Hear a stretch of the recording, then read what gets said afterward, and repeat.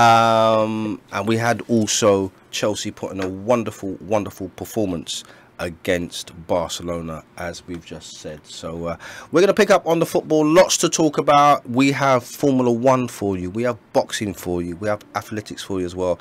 We try and provide you with some variety on this show. I'm joined in the studio by Amory Batson and Michael Kitchener. We are going to be talking Carabao Cup final tomorrow, and maybe an even bigger game in certain cases. Conte versus Mourinho, Manchester United versus Chelsea.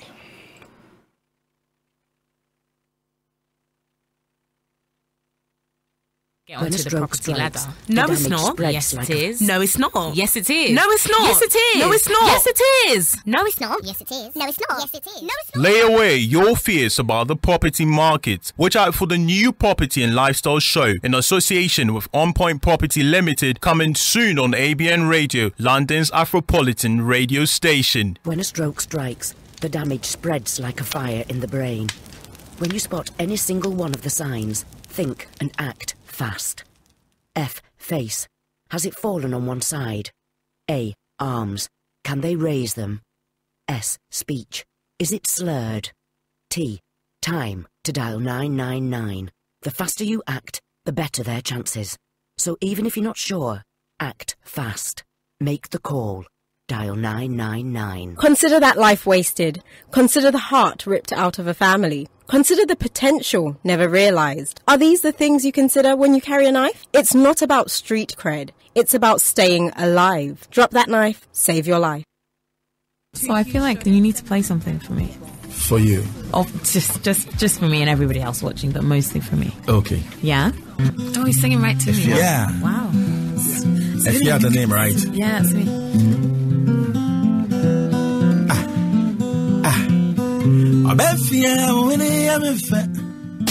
No one serves brunch better than she does. Listen to Afua Adom on the Metropolitan Mix. She's sizzling. Catch me, Afua Adom, on the Metropolitan Mix right here on ABN Radio, Monday to Friday from 10 a.m. till 2 p.m. Bringing you great music, great chat and great vibes with celebrity interviews, lots of laughs and the freshest tunes. ABN Radio, London's premier Afropolitan station. Welcome back to the Voice of Sports show, here with me, Rodney Hines, each and every Saturday between 4 and 6. It's all good stuff in the Premier League. There's been no changes. We were just talking during the break. Liverpool just can't keep a clean sheet. 3-1 up, however, against the Hammers. I'm joined in the studio by journalist Amory Batson and Michael Kitchener. We're talking all things Premier League. We've looked back at Wigan causing one hell of an upset on Monday night. We will talk about Arsenal and against Östersunds, and we've also got to pay homage to Chelsea eking out a draw against Barcelona. But tomorrow, there's a big game taking place at Old Trafford. There's some side plots to that game as well, because the two managers will not necessarily be sending each other Christmas cards come December. I'm talking about Manchester United versus Chelsea at Old Trafford. We do have a goal. We do. West Brom have pulled one back. So in that massive game now, It's now West Brom 1. Craig Dawson scored it. West Brom 1, Huddersfield 2. Ooh, could be nervous. 20-25 minutes there for Huddersfield, who looked like they were due 3 points. So what we do have tomorrow, we have Manchester United versus Chelsea. That basically means Mourinho versus Conte. And if you've seen some of the stuff that's gone on between those two in recent months, their first handshake, their last handshake should be as exciting as anything that takes part or takes place on the football field. To help us preview that game, delighted to say hello to Tom McDermott, a freelance journalist up there in the Northwest. Tom, good afternoon. Good afternoon, guys. How you doing? Yeah, very well. Just listening to you and show there. Looking forward to the game. Yeah, it should be an absolute cracker, Tom. How do you see it going? Interesting, actually. One of the key talking points midweek was about Pogba and him obviously not featuring against Sevilla and the weekend before. But I actually think, if you go back to last season's United versus Chelsea game, Ander Herrera was quite important. He very much so. He marked Hazard out. Yeah. He pulled up quite early on with a hamstring injury at the week. So I just wonder if that'll affect Mourinho's game plan. Can you place that kind of trust and discipline in somebody like McTominay, who is playing well, but he's not experienced? Hazard is a completely other different kettle of fish, isn't he? So in terms of the game itself, to answer the question, I'm expecting it to be tight, and I think, being a United fan as well, I'm hoping United might just edge it again, maybe 1-0, 2 or 2-1 if it was kind of defensive Mourinho display though. Do you expect to see a certain Mr. Paul Pogba on the team sheet tomorrow for Man United starting? You'd think so, wouldn't you? Especially with the end, as you mentioned, the injured Herrera, you'd expect him to at the very least start. I mean, look, there's Matic is in there. I think he's far more important to United, or from Mourinho's point of view, than Pogba is, because I think he just goes out there, he doesn't have a great flair, but he goes out there and does exactly what he does on the team. He goes out there and performs. Tom, let me just interrupt you there. We've got a goal coming in, Mike. We have a big one at the bottom of the league. It's Burnley 1, Southampton 0. Ashley Barnes has scored. It's 67 minutes. Southampton could be in a bit of trouble. Yep, okay. Sorry about that, Tom, but as the goals go in, Michael interrupts me, or Anne-Marie interrupts me. So you were saying about Mr. Pogba could be crucial tomorrow. You think he'll start? I think he will start. I think people are quite quick to criticise something like Matic, but if you look at Matic, he goes on the pitch and does exactly what Mourinho wants in terms of he carries out his instructions to the letter. I think with Herrera's injury, and I think if you had a look at the bench against Sevilla, you had Eric Bailly on there, Justin Lingard, Marcus Rashford, Anthony Martial. There are a lot of players on the bench. I mean, listen, yeah, sorry, Tom, go on. No, I was going to say, there's a lot of players on the bench against Sevilla who could potentially start tomorrow, and Pogba was one of those. So, yes, I think Pogba will start, and I think you'll see a couple of other guys that started on the bench in Spain in midweek as well. Yep, okay, Tom, we've got another goal coming in. Stay on the line, Tom, because every time you're on the line, we get goals. Stay for us till 6. Thank you. Goal at the Amex. Glenn Murray scored again. It's Brighton 2, Swansea 0. Massive 3 points coming from Brighton. Yeah, absolutely right. Tom, I mean, I'm fascinated by the Pogba Mourinho scenario, because I just think it's typical Mourinho trying to teach a very expensive quality player, might I add, a lesson. Do you see it that way? I think so, yeah. I think there's two ways of looking at it, isn't there? The first way is that if you're going to spend £89 million on a footballer, why not play him in his supposed best position? That would help, probably, to the left of a midfield three. But at the same token, there's some sort of big United fans I speak to, home and away, travelling support, and they're kind of like, well, if you spend this money and he's this good, why can't he adapt to what the manager wants? So there are two skills. Personally, I think you've just got to get behind the manager. You've got to support what he's doing. He's trying to absolutely right. But he will bring success. He had a reasonable first year and included 2 trophies, and Pogba was a big part of that. So I think. Yeah, absolutely right. Pogba's a key player. Yeah, and I tell you what, I think the way that football goes, I think Pogba will start tomorrow and have a massive game. And if that's a case of, listen, I'm going to show Mr. Mourinho that I can do this, job done by Mr. Mourinho as far as I'm concerned. Absolutely, yeah. You look at other people who have had reactions. He criticised Luke Shaw before, and he's just started to reappear in the first team. Okay, he doesn't play every week, but he's certainly getting more game time. Same with Anthony Martial and Marcus Rashford over the last 18 months. Criticised them, and they come back and come in with some decent performances. So hopefully, I happen to agree with you. Hopefully, he can have a positive impact for United in there. And Marie's got a question for you, Tom. Hey, Tom. Hi, Marie, you right? Yeah, good, thank you. My question is about Lukaku. I heard a really interesting stat today that against the top 6, he's only played about 500 plus minutes, but has scored 0 goals. Outside the top 6, I think he's scored in double figures. Why is that? Why is he not clicking for Manchester United?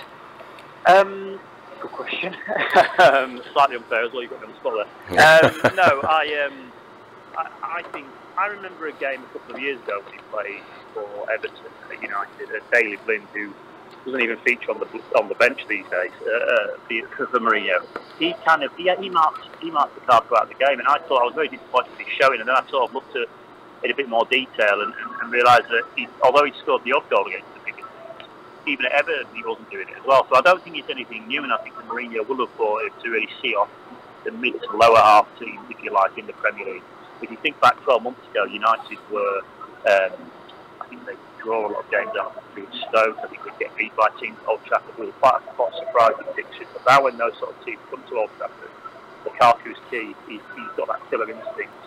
That said, when you play for Manchester United, you look back for Andy Cole, who I knew Van Nistelrooy or Van Persie. You want that guy who can score in the big games. So he'll probably get away with it this season. I think he's got 21 goals in all competitions, or 21 goals in all competitions. So they'll get away with it this season, but I think next season, when United will be expected to push City a lot closer in the league, with more new signings in the summer, with Sanchez there as well, he will be expected to be a lot more sensitive to the goal. Tom, sorry, can I just ask one question for you? Or maybe I won't. My mic's a bit funny, so we'll go back to Rodney. No, I think it sorted itself out. Are we good? Yeah, we're good. Yeah, we're good. Sorry, Tom. Just a quick one for you. Obviously, we've got two managers that are under a little bit of pressure. Do you see both these two managing both these two teams next season? I think Mourinho, yes, he signed a new deal a few weeks ago. I think if we're in this situation next year with Mourinho, 12 months' time down the road, and he's this far behind Manchester City rather, I think we might have to have a conversation. It might be different one, but he probably might be heading on the way out. But as it stands this summer, yes, I think Mourinho wouldn't have signed his new deal if he hadn't been given a certain amount of assurances from Edward Wood. Antonio Conte, slightly different, I think. I think there's potentially a vacancy, or a number of vacancies in Italy. I think Real Madrid will be looking for a new manager.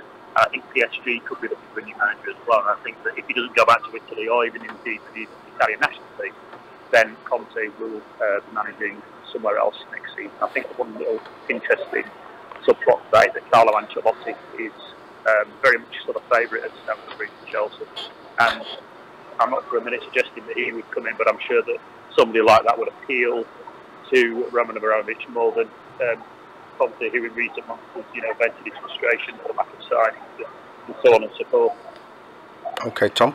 Listen, so from the sounds of it, 3 points for United tomorrow?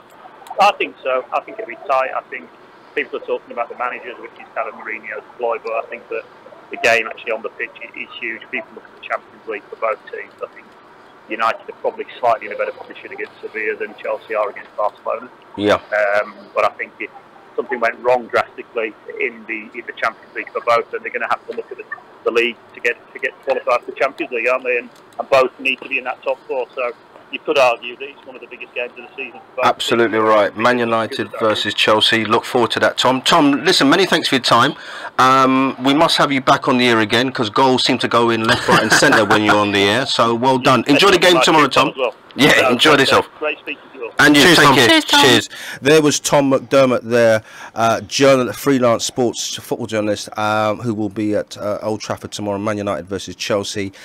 He's leaning towards a home win there. We've questioned Mr. Lukaku. And, Anne-Marie, you're absolutely right with those stats. I know Mike was aware of those stats as well. Score a goal tomorrow, and then you put that to bed. Exactly. And if it's 1-0, you've done the business, and everyone starts talking about those type of scenarios. We got another goal at Brighton. I didn't interrupt you because it was a goal for Brighton. 3 points in the bag for me now. 74 minutes gone. Anthony Knockart scored for Brighton. So it's now Brighton 3, Swansea 0. That'll be Swansea's first loss. He's had 8 games, Carviel. Yeah. It'll be their first loss in 4 games. So well done to Brighton. 3-0. Great game. And we were saying, Anne-Marie, about the home games, how important it is. Absolutely. I think that sends a statement. And I know that Brighton have got Arsenal to come there. I think Man United still got to go as well. Correct. So get your points on the board. Spurs have got to go there as well. Absolutely right. So, you know what I mean? That could be 9 points you don't get. Yeah. So get what you can when you can. Well done to Brighton. I tell you what, though, guys, the bottom of the table could look very, very interesting come the end of this weekend. So what we had: Stoke drawing, Southampton losing, West Brom under pressure and looking like they're going to lose as well, Brighton winning. I tell you what, it's going to be interesting. I think you're right, because I know we've spoken about it, and Anne-Marie's done a Mystic Meg on that before. I think it's West Brom and then 2 from another 6 or 7. Well, the live Premier League table tells me that West Brom will be 7 points adrift. 8 if you include goal difference, because let's face it, their goal difference is appalling at -20. So they would be adrift by 8 points at the bottom. Then comes Stoke, then comes Southampton, as the Premier League stands as we speak. Absolutely. So what have we done so far? We've looked at Wigan doing a fantastic job to get through to the quarterfinals of the FA Cup. They now play play Southampton. I tell you what, they're at home, so you couldn't discount them. I would fancy Wigan. Your Yeah. 10p this week should go on Wigan. Okay. A goal at Anfield for you as well. Sorry. Liverpool have scored again, so it's Liverpool 4. Tell me Mane. Tell me Mane. I will indeed tell you Mane. There you All go. 3 of them have scored. There you go. What did I say to you? West Ham, take your chances, or that Holy Trinity is going to punish you. Yeah. So said, so done. I'm Mystic Rodney. I'm borrowing that one for a little bit. So, what did we have also during the course of the week, Amaru? We had Chelsea put up a wonderful performance against Barcelona, didn't they? They did put up a wonderful performance, and you know what? I actually thought Chelsea were going to do it, but the thing that stands out for me is where's Willian been for the whole season? Because he has been the occasions I've watched him, he's been absolutely magnetic, and you do wonder what was in Conte's thoughts about only using him now rather than earlier in the season. I think one of the little challenges, he lost his mum. It was either back end of last season or early this one, and I think understandably that affected form. So when he does his goal celebration, you can see that he's pointing, and I think that's in homage to his mum. But you're right, he hit the woodwork twice in the first half. Tried it again, third time lucky. Fair play to him. And it was only a mistake, Anne-Marie, that saw them concede that goal. And how lovely is it to say that Barcelona actually have a team that they're worried about? Yes, it's nice. Isn't it? Everyone's always talking about the one team that seems to be the person that one on a team's back. So Arsenal was always about Manchester United and Liverpool, and it was Manchester United again. But for once, Barcelona's actually got a team that they are worried about, and the fact that Chelsea can take it to them, they've shown that to them twice. I think you were right earlier in the show that Chelsea will go back there. Yeah, Chelsea full of big men and give it a go. Give it a go, definitely. I personally don't see it. You're a Tottenham fan, so I understand. I am, but so I much think objectivity. I'm sitting here wearing my journalist hat. Can you not see? I just fancy them just to have a little bit too much for them. I fancy 2-0 Barcelona in that second leg. Okay, I'll tell you what, in terms of that, so we talked about it before, Man City will certainly go through to the next round, so will Liverpool, so will Tottenham because of 2 away goals, I believe. Wonderful. I think Chelsea could do it, and I'll tell you what, I think Man United could be the team that have a little bit of trouble, because as Sevilla score at Old Trafford, United got to score twice. I think so, and if you throw into that mix as well, Real Madrid PSG, it looks like Real Madrid are currently 3-0 up, by the way. Ronaldo and Bale have both scored. They're playing Deportivo this afternoon. Look, it's going to be a mouth-watering quarter-finals in the Champions League, isn't it? I think we're all looking forward to seeing great things. There's a goal at Bournemouth as well for you. Bournemouth have pulled one back. Bournemouth 1, Newcastle 2. Adam Smith's on the score sheet there. So it's Bournemouth 1, Newcastle 2. There's about 15 minutes to go in those games now? Yeah, roughly. Some have got 15, some have got 10. Anfield's a little bit behind everyone else. That one don't matter anymore, that one. in that particular game, it's the 80th minute. Bournemouth 1, Newcastle 2. Okay, so just to wrap up the midweek action, Mike and Anne-Marie, some woeful football by Arsenal against Ostersunds. They lost to Ostersunds. Embarrassing. By 2-1. I hadn't been to Emirates for a while because I'm on this show on a Saturday, and I sat there and thought to myself, I wish I was at ABN. Well, I've actually asked you to go this Thursday, if that's okay. Yeah. Anne-Marie, what do you put that result down to? I put the result down to the team being very complacent and just thinking they could go out there, stroll it, it's all fine, we're up on aggregate, don't worry about it. Do you think that's arrogance from the Arsenal team? I think it is, and I think it is. And also, what for me is, if any of those players were hoping to play tomorrow, good luck. Because I just think Wenger's got a different idea in his head now if he's going to use any of that. Now, you've mentioned the manager there. Now, if there has been arrogance, if there has been complacency, you have to blame the manager, Mike, surely.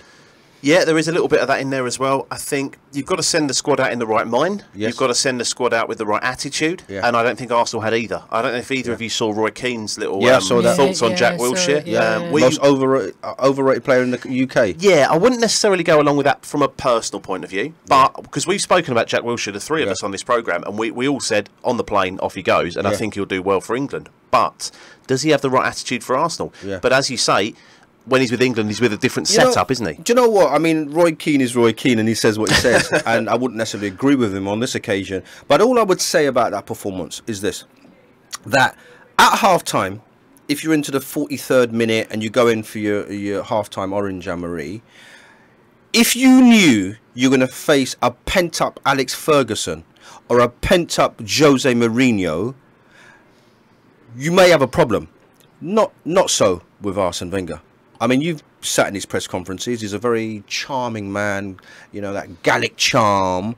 But listen, sometimes in any industry, you've got to tell your employees that this simply isn't good enough. Absolutely. You expect him to kick a water bottle on the touchline or something like that just to show his frustration. And you would hope that within that half-time team